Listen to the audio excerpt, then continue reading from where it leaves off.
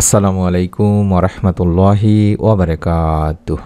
1 minute মাদ্রাসা YouTube চ্যানেলে সম্মানিত দিনী ভাই বোনেরা, আশা করছি আল্লাহ তাআলার অশেষ রহমতে ভালো আছেন, সুস্থ আছেন। আলহামদুলিল্লাহ। আজ পবিত্র জুমার রাতে কষ্ট করে তাহাজ্জুদ নামাজ আদায় করার পরে একটা ছোট্ট দোয়া 21 বার পাঠ করলে আল্লাহ রাব্বুল আলামিন সাথে সাথে আপনার মনের নেক আশাগুলো পূরণ করে দেবেন। সকাল হওয়ার আগে ইনশাআল্লাহ এর ফল পাবেন। মনের মধ্যে শতভাগ বিশ্বাস নিয়ে অন্তত একবার আমলটি করুন, আল্লাহ রাব্বুল আলামিন ইনশাআল্লাহ আপনাকে নিরাশ করবেন না। অনুরোধ করছি ভিডিওটি সম্পূর্ণ তাই মনোযোগ দিয়ে দেখার জন্য। একজন মুসলমানের অন্যতম প্রধান দায়িত্ব আল্লাহ তাআলার বিধানের সামনে নিজেকে সমর্পণ করে দেওয়া, কোনো কথা ছাড়াই ফরজ বিধান মেনে নেওয়া। ফরজ বিধান পালনে গড়িমসি করলে পরকালে শাস্তি ভোগ করতে হবে। তিনি ভাই বোনেরা, আল্লাহ তাআলার সামনে জবাবদিহিতা অবশ্যই করতে হবে। তাই সবার উচিত ফরজ বিধান পালনে সজাগ ও সতর্ক থাকা।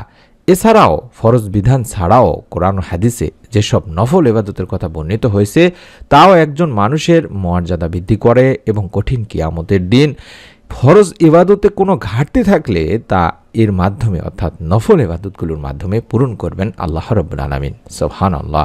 হাদিসে এসেছে আল্লাহ রাসূল সাল্লাল্লাহু আলাইহি ওয়াসাল্লাম বলেন, কিয়ামতের দিন সর্বপ্রথম বান্দার নামাজের হিসাব নেওয়া হবে। যদি সে সঠিক হিসাব দিতে পারে তবে কৃতকার্য হয়ে যাবে, আর যদি ব্যর্থ হয় তবে ক্ষতিগ্রস্ত ও ধ্বংস হয়ে যাবে।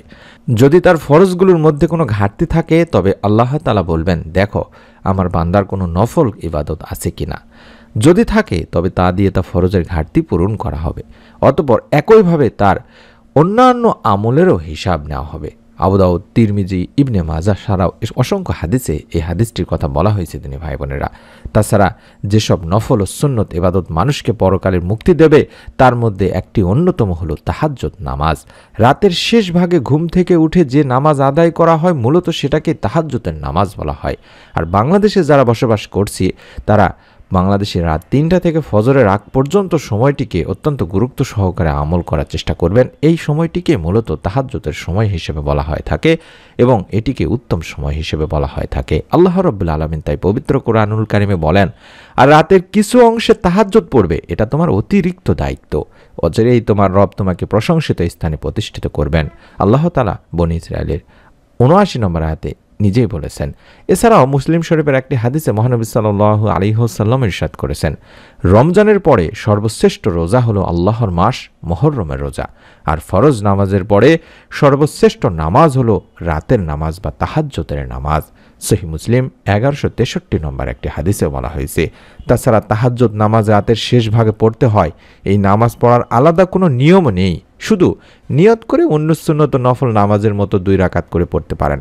যত রাকাত ইচ্ছা আপনি আদায় করতে পারেন, তবে 2 রাকাত করে নামাজ আদায় করতে হবে। 2 রাকাত নামাজ শেষে সালাম ফিরিয়ে আবারও 2 রাকাত পড়বে। এভাবে যত রাকাত সম্ভব আপনারা চেষ্টা করবেন অন্তত 4 রাকাত বা 2 রাকাত অন্তত তাহাজ্জুদের নামাজ আদায় করার পরে কয়েকবার দরুদ ও ইস্তেগফার পাঠপূর্বক এই ছোট্ট দোয়াটি 21 বার পাঠ করবেন। এই দুনিয়াতে আমলি জীবনযাপনই আল্লাহ তাআলার কাছে সবচেয়ে বেশি প্রিয়। আল্লাহ মানুষকে ইবাদতের জন্যই সৃষ্টি করেছেন, আর আমল ও দোয়ার মাধ্যমে আল্লাহর নৈকট্য অর্জন করা সম্ভব। আল্লাহ সেই বান্দাদের সবচেয়ে বেশি ভালোবাসেন যারা তার কাছে চায়, আর যারা চায় না তাদের উপর তিনি অসন্তুষ্ট হন। তাই কল্যাণের যে কোনো কিছুই আল্লাহ তাআলার কাছ থেকে চেয়ে নেওয়া যায়, তবে এক্ষেত্রে অবশ্যই ধৈর্য ধরতে হয়, কারণ আল্লাহ বান্দার উপযুক্ত সময়ে উপযুক্ত জিনিসটি দান করে থাকেন। সুবহানাল্লাহ। আল্লাহ তাআলা বলেন, যদি তোমাদের উপর আল্লাহর অনুগ্রহ না থাকতো তবে তোমরা ধ্বংস হয়ে যেতে, আর নিশ্চয়ই আল্লাহ অধিক তওবা গ্রহণকারী প্রজ্ঞাময়। সূরা নূর 10 নম্বর আয়াতে বলা হয়েছে। তেমনি আমরা একটি ছোট্ট দোয়া পাঠ করব, যে দোয়ার মাধ্যমে আল্লাহ রাব্বুল আলামিন বান্দার নেক আশাগুলো পূরণ করে থাকেন। হাদিসটি একবার হযরত আনাস রাদিয়াল্লাহু তাআলা আনহু এর সঙ্গে রাসূলুল্লাহ সাল্লাল্লাহু আলাইহি সাল্লামের সঙ্গে হযরত আনাস রাদিয়াল্লাহু তাআলা আনহু কোনো এক জায়গায় বসা ছিলেন। এমন সময় সেই জায়গায় এক ব্যক্তি এসে নামাজ আদায় করার পরে নিচের এই দোয়াটি পাঠ করলেন। দোয়াটি হচ্ছে, আল্লাহুম্মা ইন্নী আসআলুকা বিআন্না লাকাল হামদু লা ইলাহা ইল্লা আনতাল মান্নান বাদিউস সামাওয়াতি ওয়াল আরদ ইয়া জাল জালালি ওয়াল ইকরাম ইয়া হাইয়্যু ইয়া কাইয়্যুম। আমি আবারও বলছি, এই দোয়াটি আপনারা 21 বার পাঠ করবেন। চাইলে দেখে দেখে পড়তে পারবেন, কোনো সমস্যা নেই। আশা করছি মোবাইলে স্ক্রিনশট নিয়ে নেবেন।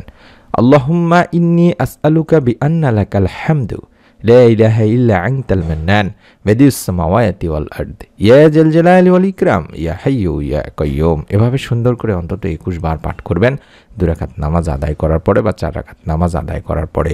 হে আল্লাহ, আমি তোমার কাছে প্রার্থনা করি, তুমি তো সব প্রশংসার মালিক, তুমি ছাড়া কোনো উপাস্য নেই, তুমি দয়াশীল, তুমি আকাশসমূহ পৃথিবীর একমাত্র সৃষ্টিকর্তা। হে মহান সম্রাট ও সর্বোচ্চ মর্যাদার অধিকারী, হে চিরঞ্জীব, হে সর্বময় ক্ষমতার অধিকারী।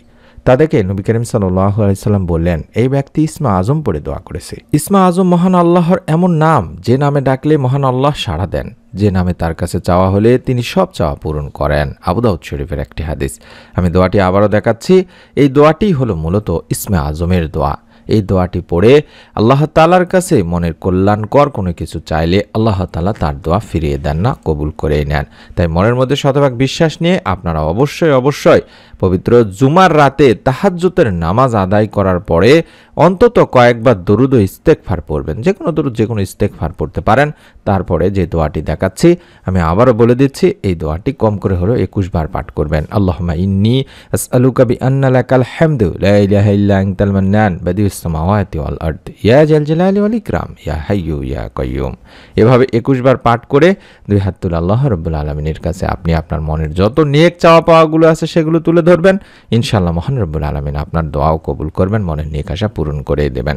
কারণ এই দোয়ার মাধ্যমে আল্লাহ তাআলার কাছে কোনো কিছু চাইলে আল্লাহ তাআলা তার চাওয়া পূরণ করেই থাকেন। সকলেই একটি করে ভিডিওটিতে লাইক দিয়ে কমেন্ট সেকশনে আমিন লেখার মাধ্যমে নিয়ত করে ফেলুন এবং আমলটি করার চেষ্টা করুন, এবং অবশ্যই করবেন। আমি অনুরোধ করছি, নিজে আমলটি করুন, আপনার নিকট আত্মীয় স্বজনদের কাছেও আমলটি শেয়ার করে দিন বা ভিডিওটি শেয়ার করে দিন। পরবর্তী নতুন আমলের ভিডিও আপনি আপনার মোবাইলেই পেয়ে যাবেন। তার জন্য চ্যানেলটি সাবস্ক্রাইব করুন এবং বেল বাটনটি অন করে রাখুন। সকলে ভালো থাকুন, সুস্থ থাকুন। আসসালামু আলাইকুম ওয়া রাহমাতুল্লাহি ওয়া বারাকাতুহু।